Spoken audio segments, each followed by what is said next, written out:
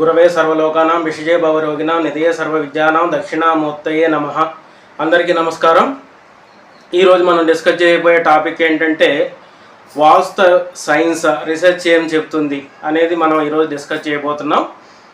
ఇది వినగానే అందరూ అంటారు, ఏంటండి వాస్తు మీద రీసెర్చ్ జరిగిందా, నిజమా అని అడుగుతారు. నిజమేనండి, వాస్తు మీద రీసెర్చ్ జరిగింది. ఆ మాటకు వస్తే మంత్రాల మీద రీసెర్చ్ జరిగింది, ఇండియాలో ఉన్న టెంపుల్స్ మీద రీసెర్చ్ జరిగింది, అలాగే మన సంగీతం మీద రీసెర్చ్ జరిగింది. ఇలా చెప్పుకుంటూ పోతే చాలా వాటి మీద రీసెర్చ్ జరిగింది. ఇవి న్యూస్ పేపర్లోనూ టీవీల్లోనూ రాకపోతే మనం ఎటువంటి రీసెర్చ్ జరగలేదని మనం భావిస్తాం, కానీ వీటన్నిటి మీద రీసెర్చ్ జరిగింది.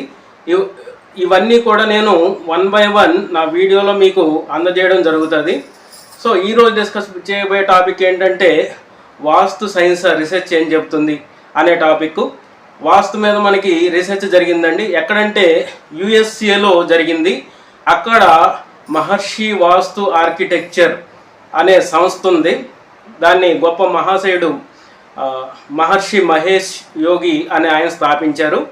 ఈ మహర్షి వాస్తు ఆర్కిటెక్చర్ అలాగే యుఎస్ఏలో ఉన్న కొన్ని యూనివర్సిటీస్ కలిపి ఈ వాస్తు మీద రీసెర్చ్ చేయడం జరిగింది. ఈ రీసెర్చ్ చేసినప్పుడు ఏమేం విషయాలు బయటపడ్డాయి, మన మహర్షులు చెప్పిన వాస్తు శాస్త్రం నిజమని తేలిందా లేదా అబద్ధమని తేలిందా అనేది ఈ వీడియోలో మీకు చెప్తా ఉంటాను. దయచేసి నా యూట్యూబ్ ఛానల్ని మీరు సబ్స్క్రైబ్ చేసుకొని బెల్ ఐకాన్ మీద క్లిక్ చేయవలసిందిగా కోరుచున్నాను.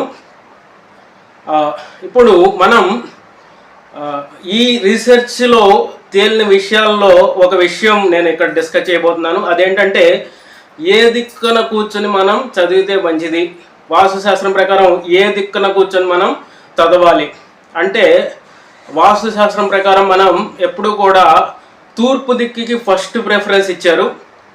తూర్పు దిక్కును కూర్చొని అంటే తూర్పు దిక్కును చూస్తూ చదవమని చెప్పేసి వాస్తుశాస్త్రంలో చెప్పారు.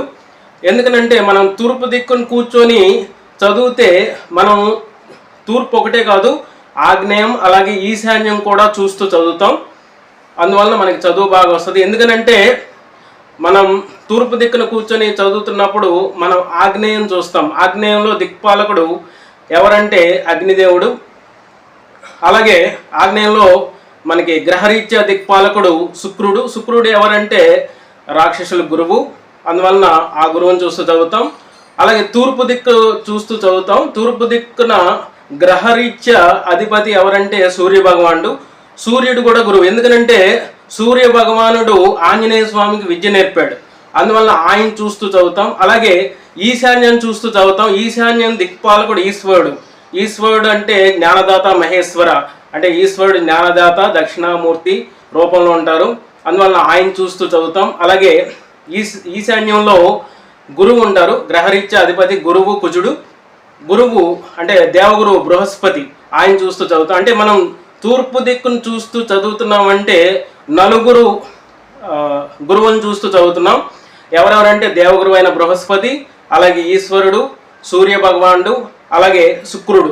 ఈ నలుగురిని చూస్తూ చదువుతాం కాబట్టి మనకి చదువు బాగా వస్తుందని తూర్పు దిక్కుకి ఫస్ట్ ప్రిఫరెన్స్ ఇచ్చారు చదువుకోవడానికి.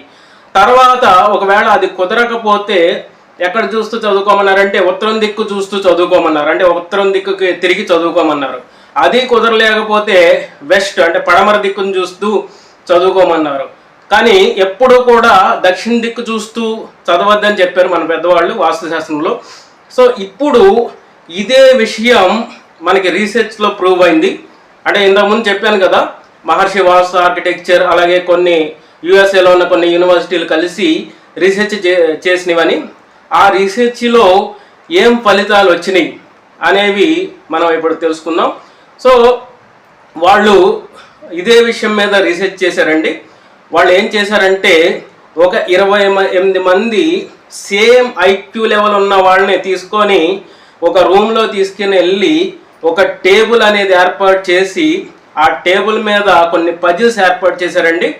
అంటే తూర్పు దిక్కుకి 4 పజిల్స్, పడమర దిక్కుకి 4 పజిల్స్, ఉత్తరానికి 4 పజిల్స్, దక్షిణానికి 4 పజిల్స్ ఏర్పాటు చేశారు. ఏర్పాటు చేసి ఆ 28 మందిలో ఒక్కొక్కరిని పిలుస్తూ, అంటే ఫస్ట్ ఒక అతను వస్తాడు, అతను తూర్పు దిక్కుకి కూర్చొని ఆ 4 పజిల్స్ సాల్వ్ చేసి తర్వాత దక్షిణానికి వెళ్ళి అక్కడ ఉన్న 4 పజిల్స్ సాల్వ్ చేసి అలాగే పడమరకి వెళ్ళి అక్కడ ఉన్న 4 పజిల్స్ సాల్వ్ చేసి అలాగే లాస్ట్లో ఉత్తరానికి వచ్చి అక్కడ ఉన్న 4 పజిల్స్ సాల్వ్ చేసేసి వెళ్ళిపోతాడు.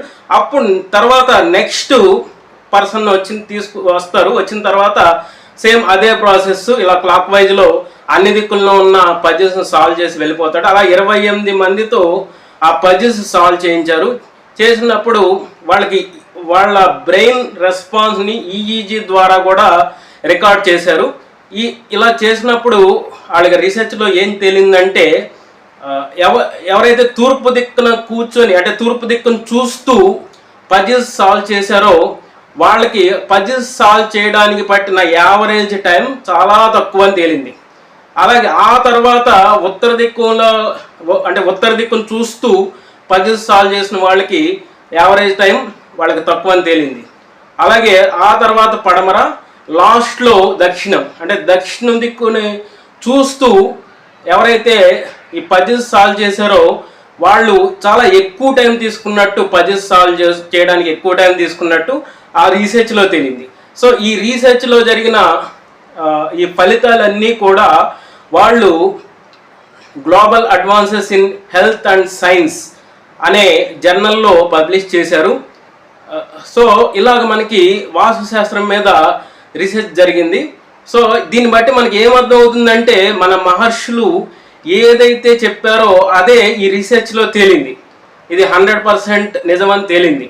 ఇలాగే ఇంకా చాలా విషయాలు ఉన్నాయి. మన మహర్షులు చెప్పిన వాస్తు ప్రిన్సిపల్ ఆ రీసెర్చ్లో ప్రూవ్ అయినాయి. అవన్నీ కూడా నేను వచ్చే వీడియోస్లో మీకు అందజేస్తాను. అంతవరకు సెలవు. స్వస్తి.